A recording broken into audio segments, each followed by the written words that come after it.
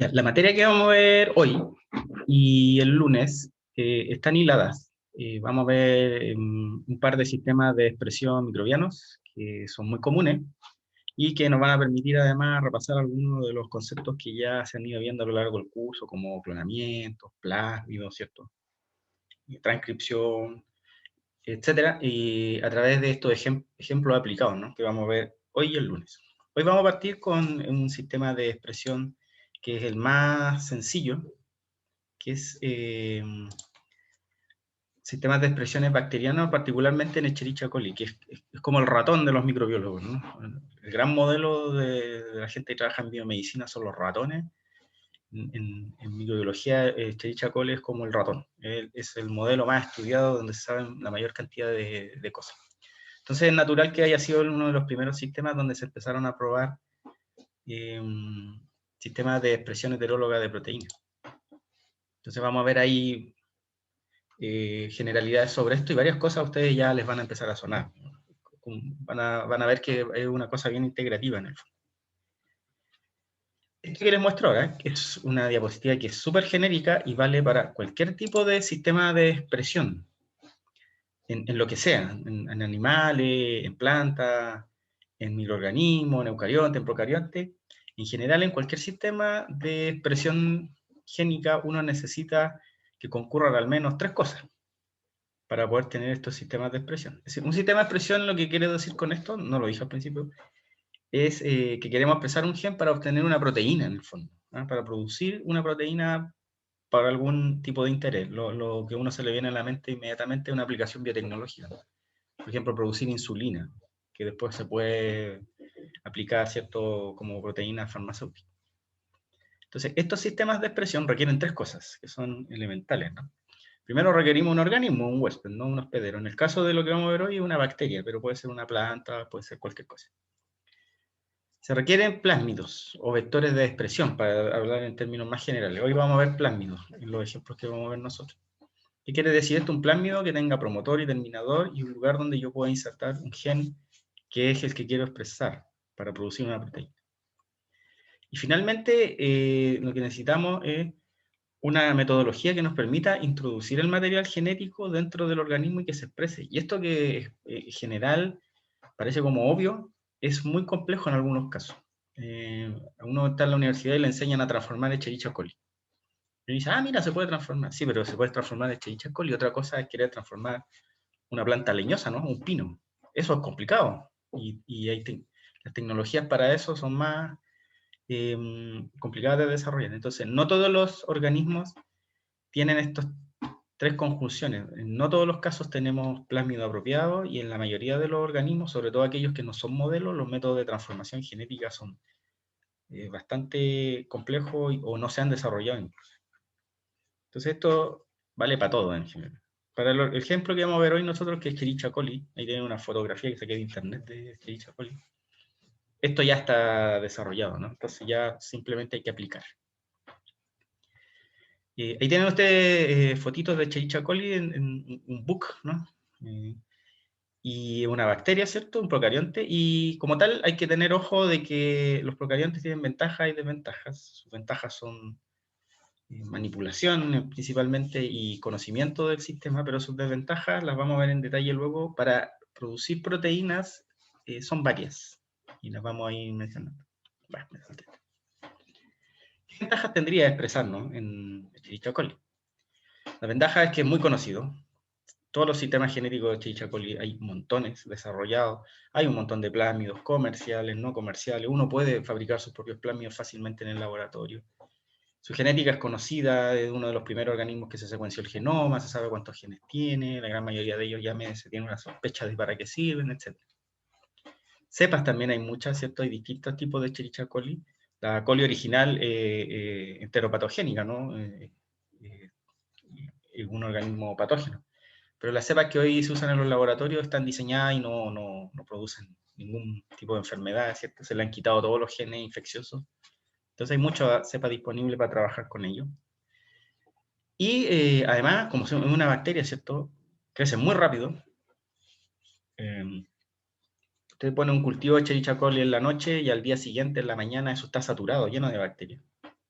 crecen en una noche, se satura un cultivo, tiene una tasa de duplicación de 20 minutos esta bacteria, y crecen en medios muy baratos, lo único que hay que agregarle es sal, agua, una fuente de nitrógeno y una fuente de carbono.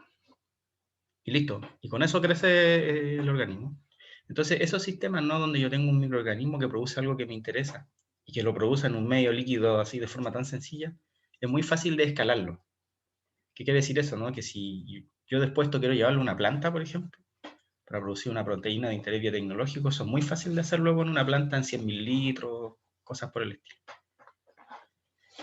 Entonces, tiene todas las ventajas de ser un procarionte. Pero como vamos a expresar proteínas, y las proteínas tienen sus particularidades, tienen muchas desventajas relacionadas con la producción de algunas proteínas. Una de las principales desventajas es que la mayoría de las proteínas de interés, ¿no? Que uno podría producir en estos sistemas no son proteínas de Escherichia coli, sino que son proteínas de otros orígenes y normalmente provienen de eucariontes. Por ejemplo, pensemos en el mismo caso de la insulina, que es como de los ejemplos más estudiados, ¿no? La insulina es una proteína animal, humana, ¿cierto? Y que compartimos con otros mamíferos. Por lo tanto, su gen es un gen muy grande, con muchos intrones, y que tiene una serie de cosas que una bacteria no es capaz de procesar. Entonces hay que adaptar un poco, ¿cierto?, este gen para que la bacteria pueda procesarlo y lograr expresarlo. Y una de las primeras adaptaciones, ¿cierto?, es el uso del cDNA. Entonces, una de las primeras cosas que hay que hacer antes de usar un sistema de estos, si es que yo tengo un eucarionte, ¿cierto?, y quiero expresar un gen eucarionte con intrones, tengo que eliminar los intrones, porque la bacteria no es capaz de hacerlo. Entonces tengo que usar cDNAs, esa es la primera cosa compleja. Lo segundo, esto no solo vale para Escherichia coli, lo segundo vale para todo. Es el tema de los codones, la optimización del uso de codones que se denomina. Entonces, como saben, el código genético es degenerado. ¿Qué quiere decir eso, cierto? Que hay codones, por ejemplo, para metionina, ATG, que es único. Pero hay otros codones, u otros aminoácidos en realidad, que pueden ser codificados por varios codones. Por ejemplo, para arginina, hay 6 codones en la naturaleza. Y no todos los organismos utilizan todos los codones. Entonces, por ejemplo, si yo tomo este gen de insulina humano, ¿cierto? Y produzco el cDNA, listo, ya tengo la primera parte resuelta. Pero si vienen en esa secuencia codones de arginina que solo usa el humano, pero no usa la Escherichia coli, no voy a ver proteína. Porque la bacteria, ese codón lo va a ver pasar nomás y no va a producir, no va a poner la arginina en el lugar que corresponde, porque no es el codón de su preferencia. Entonces, esto suele pasar mucho cuando uno cambia de sistema que son, sobre todo cuando uno pasa, ¿cierto?, de dominios, ¿no? Carionte a procarionte, o cuando pasa, por ejemplo, animales a plantas, cuando habla de organismos filogenéticamente alejados, hay que hacer una optimización de codones, porque normalmente hay codones que no utilizan todos los organismos, sobre todo aquellos que tienen altas probabilidades de usar muchos codones, como arginina, por ejemplo, hay otro aminoácido, cisteína me parece, también tiene 6. Entonces hay que ver cuál es el que le gusta a la bacteria y hay que irlo adaptando. Eso se puede hacer con distintas técnicas moleculares. Otra desventaja que es importante en las bacterias cuando uno expresa proteína es que las bacterias producen la proteína, pliegan y eso es lo que producen. Cualquier otra modificación post-traduccional, es decir, después de la traducción que la proteína requiera, la gran mayoría de ellas las bacterias no la hacen. Una modificación post-traduccional que es clásica en las proteínas humanas, por ejemplo, es que hay mucho puente disulfuro en las proteínas humanas. Y los puentes disulfuro necesitan un ambiente reductor que da el retículo endoplasmático. Allí es donde se genera el puente disulfuro. Y, como ustedes saben, una bacteria no tiene retículo endoplasmático. Entonces, voy a enchufar aquí. Se está acabando la batería. Y sí. Entonces, ese tipo de cosas, la bacteria no la puede hacer. Y si la proteína que ustedes tienen, a lo mejor tiene una actividad súper importante, pero para eso requiere el puente disulfuro, si la producen en la bacteria van a obtener proteína inactiva. Hay otro tipo de modificaciones posttraduccionales, hay muchas. Hay glicosilaciones, prenilaciones, hay una serie de ellas que las bacterias no hacen. La tercera desventaja de estos sistemas es la bioseguridad. Todos sabemos que cuando a una persona le dicen bacteria, inmediatamente piensa en enfermedades. infecciosa. Y tienen mala prensa, entonces, las bacterias. Es una cosa compleja. Y, si usted le dice a una madre, ¿cierto? Vamos a producir esta proteína que es súper buena para su bebé y la vamos a producir en una bacteria, que es súper segura, la persona cuando escucha bacteria, el rostro ya no lo escucha. Dice, no, es que bacteria no es seguro. Y la gente entonces no quiere saber nada con proteínas que se producen en bacterias. Ese es un problema, ¿no? Un problema de percepción pública. Y eso está relacionado con los problemas de bioseguridad que tienen estos organismos, son infecciosos, y muchos de ellos producen toxinas, incluso los que no son infecciosos. Entonces, es complejo esa parte.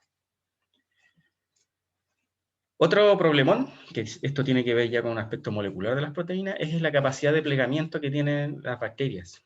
Cuando uno expresa un gen, o en un organismo heterólogo, como lo que estamos viendo aquí, la idea, ¿cierto?, es expresar mucha proteína. Pero esa gran cantidad de proteínas que se está produciendo se tiene que plegar, producir la estructura tridimensional, y para eso normalmente se ocupan chaperonas, que son de la propia célula donde uno está produciendo la proteína. Y en el caso de las bacterias, ¿cierto? Esos sistemas tienen un límite. No pueden plegar toda la cantidad de proteínas que uno usualmente produce, y entonces rápidamente esos sistemas se colapsan, en el caso de las bacterias. Y la bacteria está a tope, ¿cierto? Plegando proteína, pero hay una buena cantidad de la proteína que estoy produciendo que no la pliega. Esas proteínas que no se pliegan, se agregan y precipitan dentro de la bacteria, y eso se pierde. Entonces, esos agregados precipitados se llaman cuerpos de inclusión, por eso pongo este nombre aquí.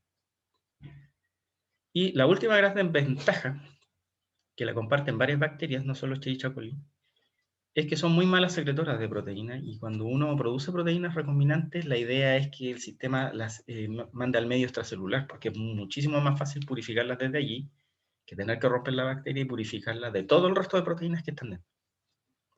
Entonces, cuando uno quiere secretar, por ejemplo, normalmente los sistemas bacterianos dan problemas. Así que aquí tienen un montón de desventajas que tiene el sistema. Ahora, si usted quiere expresar una proteína y no le da ninguno de estos problemas, súper bien, puede usar este sistema bacteriano.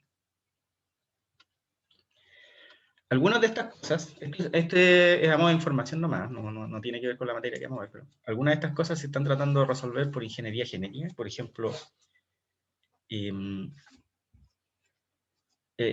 súper importante en el caso de las proteínas humanas las glicosilaciones, por ejemplo, que las proteínas después que se produzcan tengan azúcares. Y las bacterias no hacen eso, no glicosilan. Entonces, aquí hay un ejemplo, ¿no? Lo que se está tratando de hacer, ¿cierto?, es humanizar estas bacterias poniéndole los genes que ponen estos azúcares, y esto salió hace varios años ya. Se le metió a un Escherichia coli todos los sistemas de glicosilación humanos, de manera de que la Escherichia coli, además de producir proteínas, me la humanizara y pusiera las glicosilaciones, los azúcares que llevan esa proteína. Entonces, hay desarrollos que se pueden hacer de ese tipo, pero si se fijan, igual son desarrollos complejos.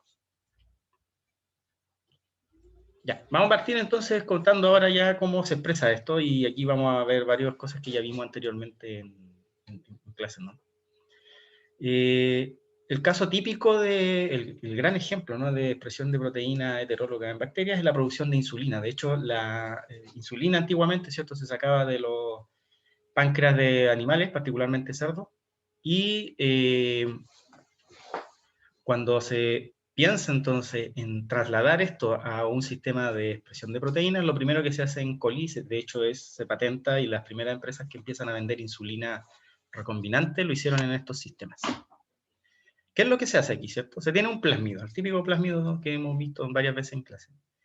Aquí está el plásmido en donde estoy pasando el cursor, ¿cierto? Está abierto el plásmido. Y en este plásmido, entonces, lo que tengo que hacer es clonar el gen que me interesa expresar. En el ejemplo aquí, si se fijan, es insulina. Se clona ahí, ¿no? Se liga. Este gen tiene que estar, obviamente, para expresarse, bajo el control de un promotor y un terminador. Aquí no aparece, pero eso lo vamos a ver luego en detalle. Una vez que tengo entonces el gen clonado, ¿cierto?, en un lugar apropiado, bajo el control de un promotor y un terminador, tengo un plásmido que ahora puedo introducir a Escherichia coli, y por lo tanto tengo ahora una bacteria recombinante que se da. Y esa bacteria recombinante debe producir entonces la proteína. Esto entonces después lo puedo llevar a escalarlo, ¿no?, a partir de fermentación. Tengo la proteína recombinante que produce la insulina, y luego debo cosechar las bacterias, purificar la insulina y envasarla. Básicamente eso es lo que se hace en un pipeline, digamos, o una línea de producción de proteínas recombinantes. En este caso, ¿cierto? Usando Escherichia coli. Entonces, vamos a ver varios detallitos de esto que acabo de decir, ¿no? De los plásmidos, etc. Como siempre, si tienen alguna duda, ustedes me van ahí parando. Vamos a hablar esencialmente en la clase de hoy del vector de expresión, que es lo que diferencia todos los sistemas principalmente. ¿Qué es lo que tiene que llevar un plásmido para yo poder expresar proteínas en coli, etc.? Aquí tenemos un ejemplo, un dibujito, ¿cierto? De un típico vector de clonamiento. Ojo, lo puse así en rojo. Este no es de expresión, es de clonamiento, para ver un poco la diferencia. Hasta ahora, en el curso siempre hemos hablado, ¿cierto?, de plásmidos, de clonar y cosas por el estilo. Y siempre hemos hablado más o menos de tres cosas, que son las que están aquí. Una de ellas es que todos los plásmidos tienen que tener un gen marcador de selección, que normalmente en bacterias es un gen de resistencia a antibióticos, dado que yo tengo que poder, dado que la transformación de una bacteria, la introducción de material genético, es un evento estadístico que no ocurre en todas las bacterias que uso. Yo tengo que poder discriminar a aquellas que introdujeron el plásmido de las que no. Entonces, si yo transformo 100 millones de bacterias, yo puedo tener a lo mejor 1000 bacterias transformantes y todo el resto no tienen el plásmido. Entonces, este marcador de selección me permite discriminar luego, porque yo ahora todas las bacterias las pongo en un antibiótico y las que no introducen el plásmido mueren. Las que introducen el plásmido son las que sobreviven y esas son las que me sirven. Lo otro que tienen estos plásmidos, normalmente es un origen de replicación que permite que este plásmido se replique autónomamente dentro de la célula y no se integra al genoma de la bacteria. Puede ir entonces, cada vez que la bacteria va dividiéndose, divide su genoma y también se divide el plásmido, ¿cierto? Y este plásmido replica dentro de todas las bacterias de la descendencia. Y el tercer, tiene varias cosas más un plásmido, pero el tercer componente principal es el lugar donde yo voy a clonar el gen. Debo tener un lugar diseñado para poder introducir el material genético foráneo. Como veíamos un rato, ¿cierto? Aquí, en meter el gen de insulina acá. Y ese lugar normalmente es lo que se conoce como un sitio de clonamiento múltiple o un polylinker, que es en realidad un lugar donde se ha diseñado la secuencia de ADN de tal manera de que yo tengo varios sitios para enzimas de restricción. Y puedo cortar entonces y clonar allí, ligar, lo que quiera. Entonces, esto que tenemos aquí, que es lo que hemos visto hasta ahora, es un vector de clonamiento. Este vector para lo que sirve es para introducir material genético. Pero un vector de expresión no solo requiere eso, sino que requiere además que lo que yo introduzca esté bajo el control de un promotor y un terminador apropiado. Cuando esas cosas adicionales están, entonces ahí hablamos de un vector de expresión. Entonces, para expresar, básicamente, necesitamos estas mismas cosas, pero además necesitamos un promotor y un terminador apropiado que normalmente están flanqueando el sitio de clonamiento múltiple. Entonces aquí donde estoy metiendo el cursor, por ejemplo, podría estar el promotor, de este lado de acá podría estar el terminador. Clono el gen y ese se puede expresar. Entonces vamos a hablar ahora un poco de los promotores, que son lo que hacen la gran diferencia en Escherichia coli, porque hay distintos sistemas. Los terminadores normalmente vienen asociados al tipo de promotor que usó, eso no nos vamos a referir, porque además la terminación, ustedes lo deben haber visto en clase, ¿no? El término de la transcripción en bacterias es Rho dependiente. No sé si se acuerdan de la proteína Rho, me imagino que lo deben haber pasado. Entonces, todos los terminadores funcionan iguales en coli, son Rho dependiente o Rho independiente. En el caso de para expresarse usan Rho dependiente, que son los mejores. Entonces, vamos a hablar un poquito de los promotores. Aquí nos vamos a tomar un ratín largo en los promotores, y que son este elemento adicional que tiene que contener el plásmido para transformarse en un vector de expresión. Los promotores que hay en coli son muchos. Como una bacteria tan conocida, ¿cierto? Se conocen muchos promotores. Pero si uno los tomara, ¿cierto? Podría agrupar como 3 categorías entre ellos. Vamos a ver ejemplos de los 3. Puse aquí ABC, porque ya había usado mucho número en la diapositiva.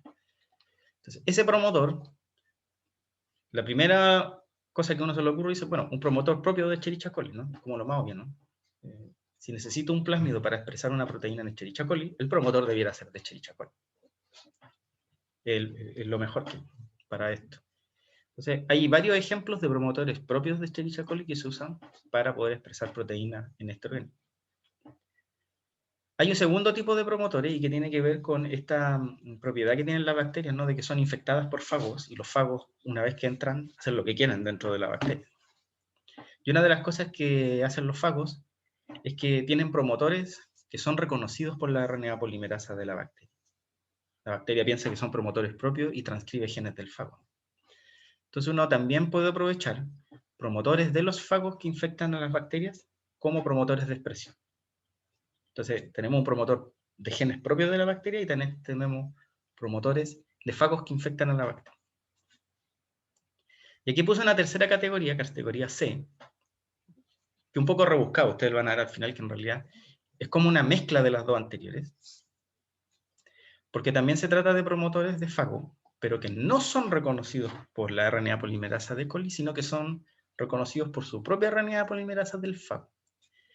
Entonces yo puedo diseñar unas bacterias donde puedo usar estos promotores, pero además introducirle de otra forma el gen de la RNA polimerasa del fago. Y usted dice, ¿por qué se hace eso? Que es tan rebuscado, ¿no? Porque eso permite tener un control súper preciso de la expresión. Yo puedo hacer entonces un sistema casi de encendido y apagado de la expresión, que es muy potente su regulación. Eso es súper bueno para, por ejemplo, proteínas venenosas. Hay algunas proteínas que son venenosas para el organismo, y uno entonces introduce el plásmido, y tiene el plásmido apagado, entre comillas. crece, mucha bacteria, y luego, de alguna forma, enciende el promotor, se expresa la proteína venenosa y se mueren todas las bacterias.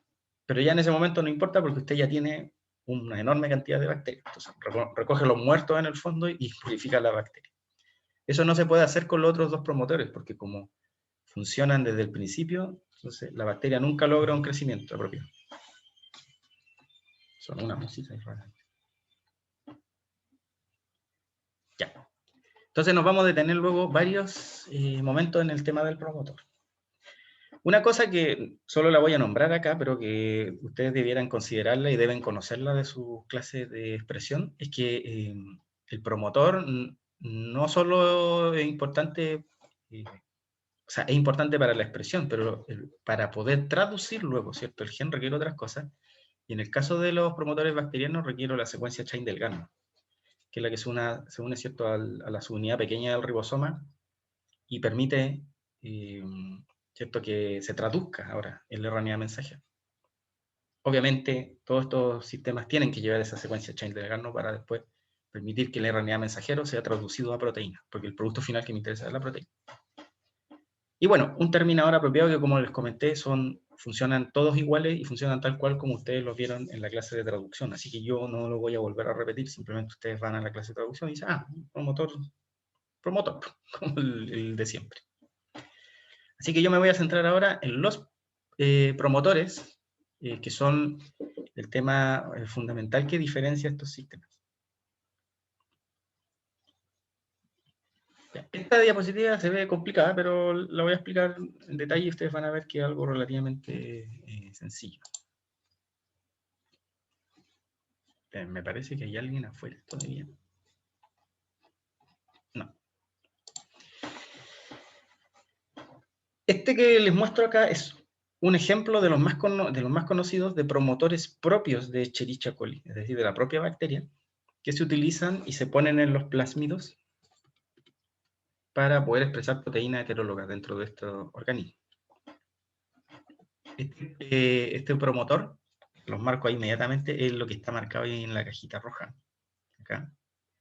Corresponde a una región que es el promotor y que lleva otra cosita que se llama operador, después vamos a hablar de los genes que están involucrados en el metabolismo de la lactosa en bacterias. La lactosa, ustedes saben que es un disacárido, ¿no? Y ese disacárido, la bacteria de Escherichia coli puede asimilarlo y usarlo como fuente de carbono. Los genes que codifican las proteínas para eso están codificados en una estructura que aparece aquí, que se denomina un operón. ¿Por qué se llama un operón? Porque son varios genes que están juntos, que están comandados por el mismo promotor. Esto es típico en bacterias, esto no es algo extraño. como estos genes están involucrados en el metabolismo de la lactosa, todos estos genes se llaman LAC. Entonces ustedes tienen LAC-Z, el LAC-I, el LAC-A, etc. ¿Qué es lo importante de este sistema?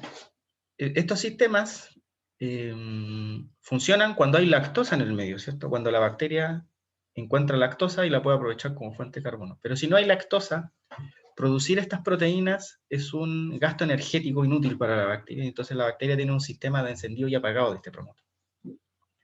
¿Cómo funciona ese sistema? Los genes LAC, LAC-Z, LAC-I, LAC-A, están comandados, ¿cierto?, por este promotor. Y este promotor, para funcionar, requiere que se una a la RNA polimerasa. Ahora, ¿qué es lo que ocurre? La región del operador, que está al lado, tiene afinidad por una proteína que es una proteína represora. Y esa proteína represora está justo al ladito del operón.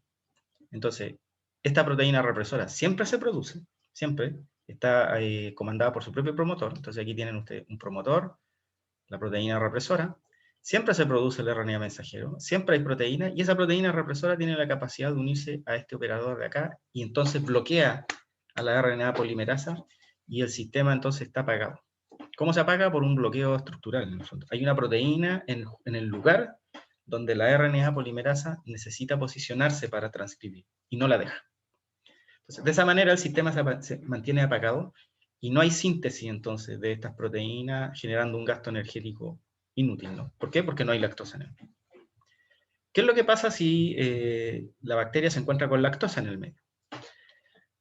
Si la bacteria se encuentra con lactosa en el medio, la lactosa se puede unir a esa proteína represora, que se produce, ¿cierto?, de este gen que se transcribe siempre.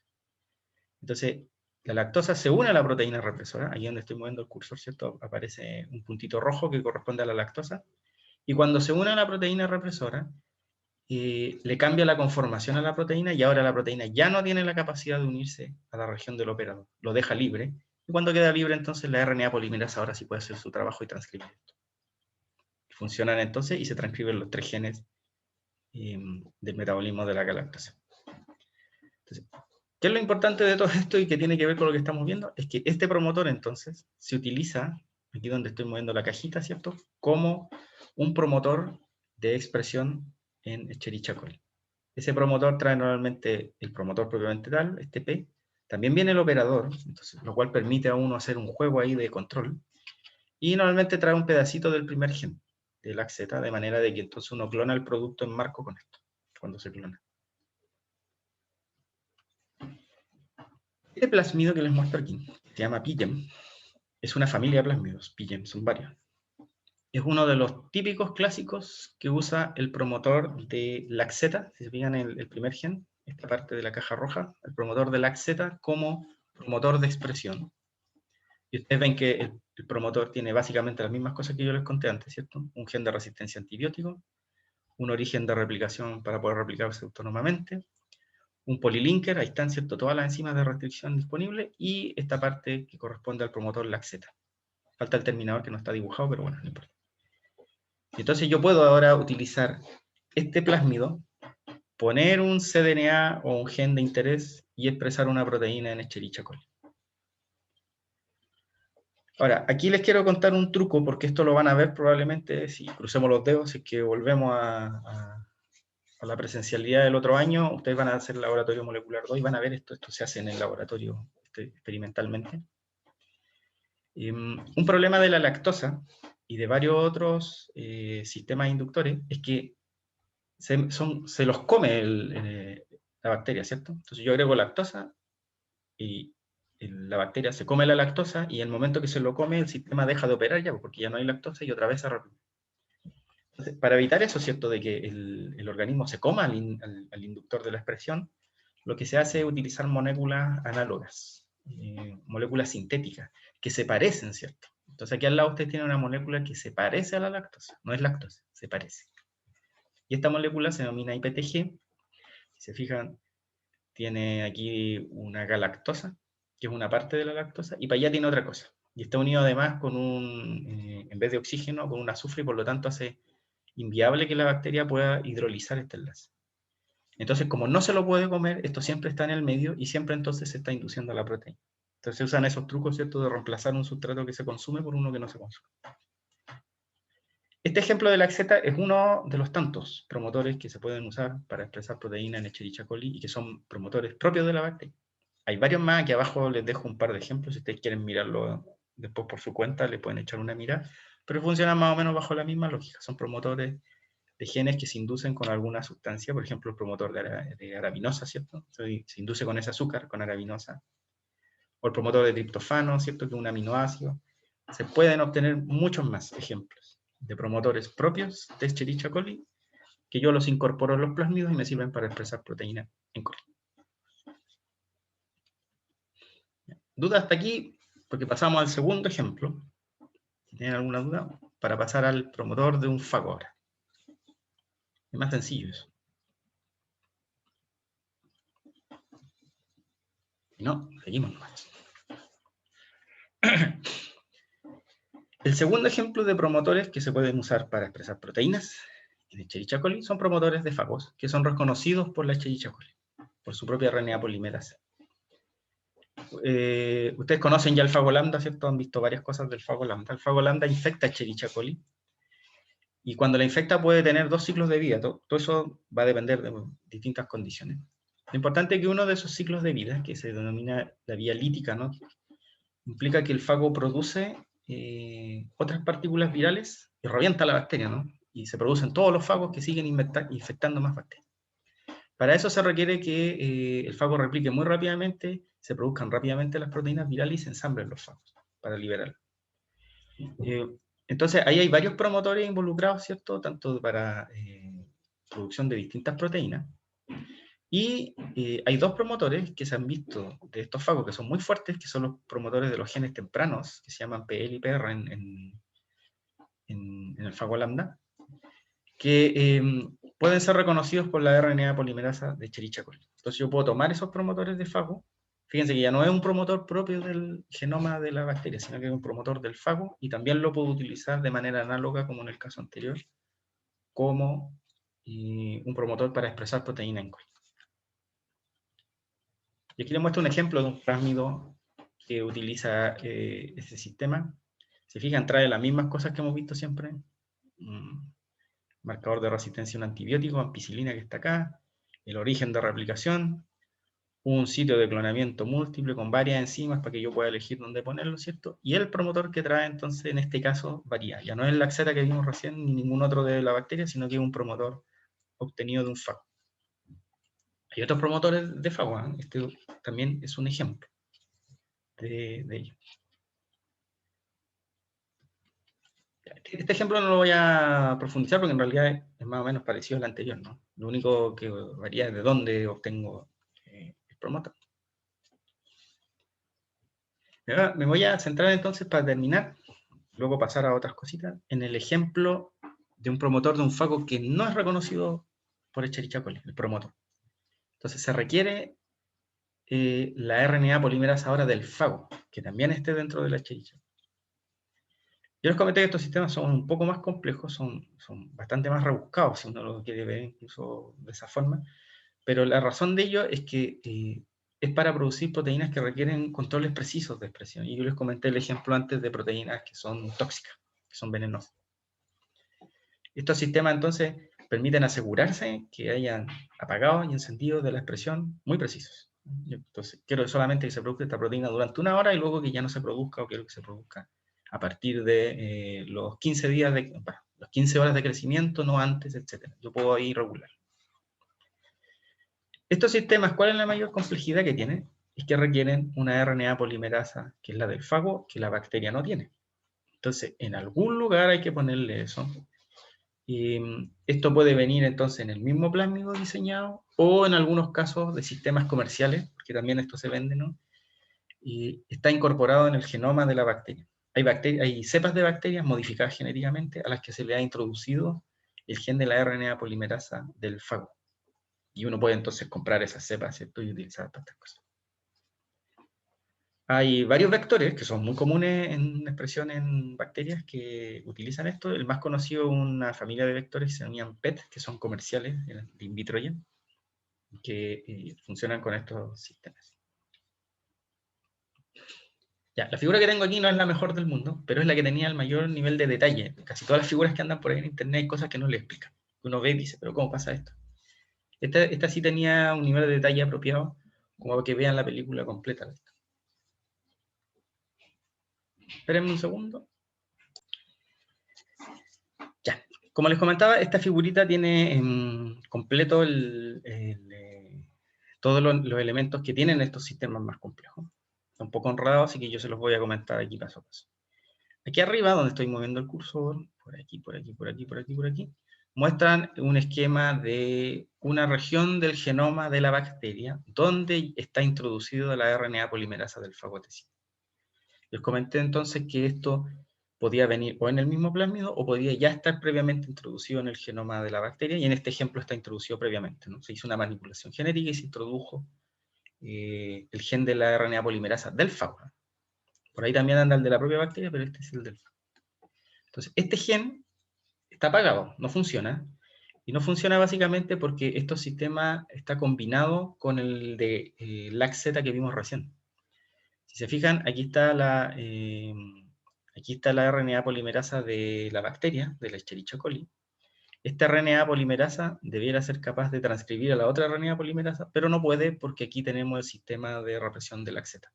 Aquí está el operador, aquí está el promotor, y aquí estaría la proteína inhibidora, que fue lo que vimos un rato. Entonces este gen está apagado. Ahí tenemos el primer seguro para que no se exprese la proteína. Por acá abajo hay un plásmido, si se fijan, está dibujado como un cuadro. Este es el plásmido donde uno introduce el gen que le interesa. Supongamos que vamos a expresar insulina. Entonces aquí, donde estoy moviendo el cursor, donde dice Expressed Gene, ahí iría el gen de insulina. Uno lo introduciría ahí. Este gen no se está produciendo, porque el sistema está inactivo, debido a dos razones. Una es que no hay RNA polimerasa del fago, ¿cierto? Porque también eso está apagado. Y la segunda es que este sistema también está bloqueado con el sistema de la lactosa, del LAC-Z. Aquí está el promotor del fago ahora, en verde, pero el promotor del fago tiene delante el bloqueo del operador del LAC. Entonces, aquí está la proteína represora, y entonces el sistema tiene un doble switch de apagado, ¿cierto? Está apagado tanto por acá y está apagado por acá. ¿Qué es lo que tiene que ocurrir para que el sistema funcione? Que se exprese la RNA polimerasa del fago, que esa RNA polimerasa se una al promotor del fago y active la producción del gen que me interesa, de insulina, por ejemplo. Eso es lo que tiene que pasar. Entonces, ahora el sistema está en silencio. ¿Cómo lo vamos a echar a andar? Se echa a andar agregando el IPTG que les comenté antes. Esta molécula que es análoga a la lactosa. El IPTG, o podríamos agregar lactosa, pero el IPTG, ¿cierto? No, la bacteria no se lo come. El IPTG se va a unir a la proteína represora, tal cual como lo veíamos hace un rato, ¿cierto? Y va a liberar entonces el promotor de la RNA polimerasa de la bacteria, y por lo tanto esto va a permitir que se transcriba el gen de la RNA polimerasa del fago, RNA polimerasa. La RNA polimerasa del fago entonces ahora se produce y aparecen estas figuritas de color morado, que corresponden a la RNA polimerasa del fago. Y esta RNA polimerasa del fago se une entonces a su promotor, al promotor del fago, que también está liberado esto ahora porque también el mismo IPTG que libera la proteína acá, libera esta otra proteína de aquí. Y esto permite ahora transcribir el gen de interés. Es decir, es un doble sistema de expresión. Se expresa la RNA polimerasa del fago, que a su vez ahora expresa el gen de interés. Y esto, si se fijan, entonces, permite un control muy fino, porque yo lo único que tengo que hacer es agregar IPTG, sacar IPTG en el medio. Si pongo IPTG, se tranca todo el sistema. Si agrego IPTG, el sistema se enciende. Y es más, estos sistemas son tan finos que funcionan a concentraciones. Si yo agrego muy poco IPTG, tengo un efecto distinto a si agrego una gran cantidad de IPTG. Puedo apagar el sistema completo, encenderlo completo o tenerlo a media máquina, dependiendo de los intereses que tenga el usuario. Ahora, si se fijan en un sistema bien rebuscado, ¿no? Por una expresión de proteínas normal, esto es un poco innecesario. Profe, Cuénteme. ¿no existen casos en donde tengamos la polimerasa del primer LAC-Z, que es la parte de arriba, pero que la RNA polimerasa no llegue al plásmido para expresar el gen? No, en bacterias eso no ocurre porque la bacteria no es compartimentalizada. Ya. No tiene ciertos sistemas separados por membrana y entonces aquí no hay ningún problema de que las proteínas no estén espacialmente en el mismo lugar donde tienen que actuar. Eso que Ya. usted dice sí es importante en los sistemas eucariontes. Cuando veamos, no sé si el lunes o ya en la última clase que tenemos, que el martes que vamos a ver CRISPR-Cas, ahí hay una proteína en el CRISPR-Cas que tiene que estar en el núcleo. Entonces ahí, cómo la proteína se produce en el citoplasma y luego vuelve al núcleo, ¿no? Ahí hay un tema. Entonces ahí vamos a ver un poco ese problema y les voy a contar cómo se resuelve. Básicamente se resuelve poniéndole a las proteínas señales de destinación nuclear, que ya son conocidas. Se sabe que hay señales que son reconocidas por el poro del núcleo y mete proteína hacia adentro. Entonces se resuelve de esa forma. Pero aquí no existe ese problema, que sí existe en eucariontes. Ya. Gracias, profe. Uh-huh. Ya. Visto este tema de los promotores, ya tenemos un poco la película completa, ¿no? Vamos a ver para atrás si encuentro algún monito apropiado. Acá. Ya tenemos un poco resuelto, ¿cierto? El tema de la producción de la proteína dentro de la bacteria. Ya tenemos promotores, tenemos todos los demás elementos de los plásmidos que ya lo hemos visto otras veces, o se han visto en otras ocasiones. Entonces ahora vamos a ir un poco a algunos detalles que son importantes para facilitar la vida del usuario, porque hasta ahora el sistema que hemos visto, ¿qué es lo que pasa? Ya sea que sea un promotor directo de la bacteria, un promotor del FAB o un promotor con estos dobles sistemas de control, vamos a tener proteína que se produce dentro de la bacteria. Y ahí la proteína no me sirve, ¿no? O sea, la tengo dentro de la bacteria, lo que yo necesito es que sacar la proteína de allí y purificarla. Entonces, el tema de la purificación de proteína es una de las cosas complejas. Purificar proteína es un proceso que es esencialmente empírico en muchos casos, con muchos pasos, y que da bastante problemas y bajas de rendimiento en ciertos sistemas. Entonces, la forma en que se ha encontrado para arreglar eso, ¿cierto? Que una de las etapas limitantes, facilitándola, es utilizar pequeñas secuencias que permiten purificar las proteínas en un paso, que son pequeñas proteínas que tienen reconocimiento o afinidad con ciertos elementos, ¿cierto? Y lo permiten pasar por una columna y la proteína se pega, entonces. Y todas las demás proteínas que están dentro de la bacteria, hay que pensar que una bacteria puede tener 9.000 o 10.000 proteínas distintas dentro de su célula, ¿no? Y a mí me interesa una en particular. Entonces, todas las demás proteínas, ¿cierto? Pasan y no se pegan en estas columnas. Eso sí, esos plásmidos, entonces, la mayoría de estos plásmidos incluyen entonces esas pequeñas regiones, y eso se denominan TAG, y la proteína que se produce se denominan proteínas de fusión, porque es la proteína suya más una pequeña secuencia adicional. Aquí les muestro un plásmido que se usa en Escherichia coli, no me acuerdo cuál era el plásmido, pero bueno, no importa. Esta región en azul es la proteína que a usted le interesa expresar. Sigamos el ejemplo insulina, para no cambiarlo. Y si se fijan, aquí hay palabras que dicen tag acá. ¿Estas qué son? Son pequeñas secuencias que se ponen y que corresponden a pequeños polipéptidos que son reconocidos entonces por ciertas sustancias que permiten purificar a través de afinidad en columnas. Se pueden poner en el extremo amino, en el extremo carboxilo, el usuario decide dónde lo pone dependiendo de la proteína particular que le interesa. A lo mejor usted, no sé, está produciendo una enzima, ¿no? Y usted sabe que en el extremo carboxilo está el sitio activo, entonces es preferible poner esto en el amino, ¿cierto? Para que no interfiera con la actividad. Ahí cada uno lo va diseñando. Lo importante entonces es que ahora lo que expresamos es una proteína con un trocito adicional que nos va a permitir la purificación en un paso, idealmente. Hay varios de estos ejemplos. Yo voy a terminar ahora mostrándole una tablita donde hay varios nombres de estos tipos de pequeños péptidos que pueden actuar de esa forma. Aquí les muestro uno solo de estos ejemplos. Este es un péptido diseñado por una empresa comercial. Hay algunos que son naturales, pero este es diseñado, que se denomina el péptido FLAG, así lo llaman ellos, y que corresponde a esta secuencia de aminoácidos. Entonces, la proteína usted la pone, o el gen que codifica la proteína lo pone de tal manera que queda en marco con esto. O sea, usted va a producir la secuencia de su proteína más este pequeño trocito. Estos FLAG vienen incorporados en los plásmidos. Aquí hay dos plásmidos que tienen, a modo de ejemplo, FLAG, y les pongo los dos ejemplos porque si se fijan, En un caso puede ir en el extremo amino de la región donde usted va a poner la proteína, y en el otro caso puede ir en el extremo carboxilo. Aquí donde está el MSS es el sitio de clonamiento múltiple, si se fijan. Hay muchas enzimas de restricción para clonar. Y tengo la región del FLAG a este lado. Aquí también, si se fijan, dice 3 por FLAG. Eso quiere decir que esta secuencia se puede poner, está 3 veces repetida, de manera de asegurarse que funcione. Entonces, se pueden poner en el extremo amino, en el extremo carboxilo. Estos ya vienen normalmente incorporados en los plásmidos de expresión, no es que usted tenga que ponerlo, ya vienen ahí. Y su utilidad, aquí arriba les muestro algo que es un detalle, pero es importante luego cuando uno está en el laboratorio haciendo estas cosas. Y es el diseño de, que esto nosotros después lo repasamos en molecular 2, así que no se preocupen, pero eso lo va adelante. Que es el diseño del clonamiento, ¿cierto?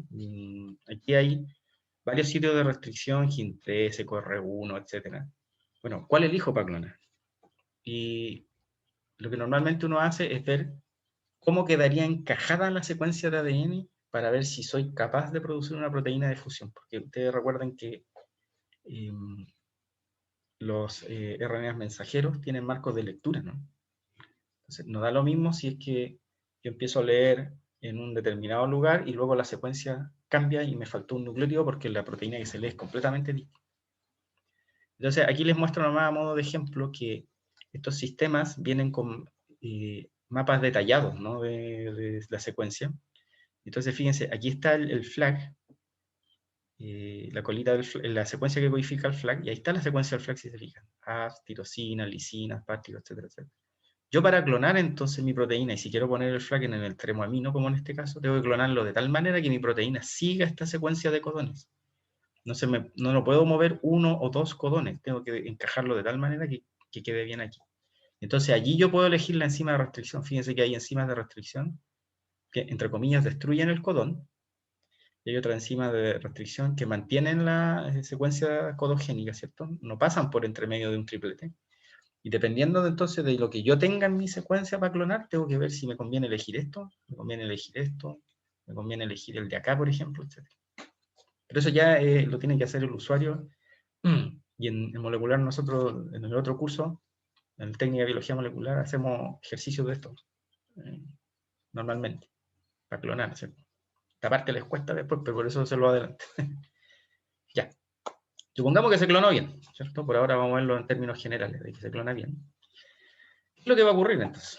Yo voy a tener clonado el DNA de mi interés, ¿cierto? La insulina, para seguir repitiendo lo mismo. Ahora con este flag. Va a tener ese pequeño espacio, esa pequeña colita. Transformamos las bacterias, las crecemos y hacemos el proceso de purificación, que ahí es donde viene el truco, es la purificación es en una etapa, en una columna de afinidad. Y este tag entonces es capaz de ser reconocido por una resina que se une a esta secuencia. Y como solamente mi proteína que yo produje artificialmente dentro de la bacteria trae esa secuencia y no otra, todas las demás proteínas van a eludir y pasar de largo en el sistema de purificación, pero la mía va a quedar retenida en la columna. Se lava, se lava, se lava, y luego mediante algún sistema, ¿cierto?, despego la proteína y la obtengo pura como aparece aquí al lado. Este es el sueño del pibe, porque uno con una sola pasada, ¿cierto?, purifica las proteínas y ya no tienen que hacer esos largos trabajos bioquímicos donde había que purificar 3, 4 columnas, ¿cierto? Y demoraba 2 meses uno purificar. Esto se hace en una tarde. Ahora, obviamente hay veces que esto no funciona y ahí uno, bueno, tiene que recurrir al sistema clásico.